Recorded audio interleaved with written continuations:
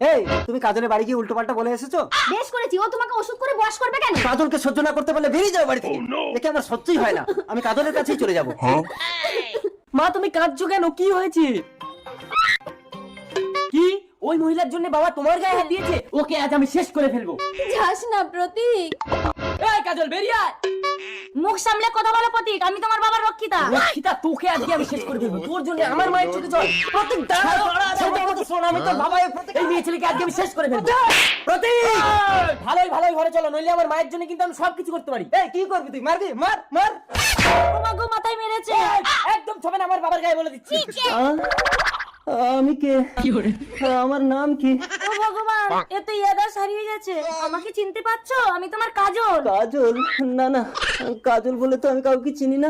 আরে আরে বাবা তো বলছে তোমাকে চেনে না, তবু কেন বাবার গায়ে পড়ছো নোংরা মেয়ে ছেলে? বাড়ি চলো বাবা। আমার বাড়ি কোথায়?